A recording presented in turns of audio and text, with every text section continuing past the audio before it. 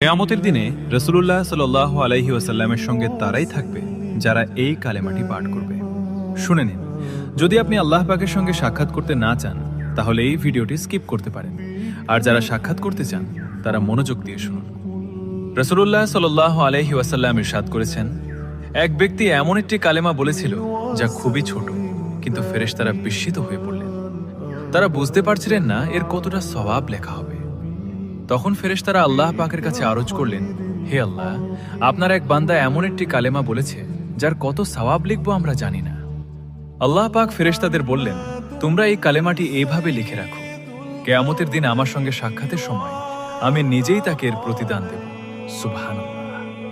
আর সেই কালেমাটি হলো, ইয়া রব্বি লাকাল হামদু কামা ইয়ামবাকি লিযাল্লালি ওয়াজহিকা ওয়া লিআযিমিস সুলতানিক। আপনার কাছে যদি সময় থাকে তাহলে অন্যদের সঙ্গে ভিডিওটি শেয়ার করুন।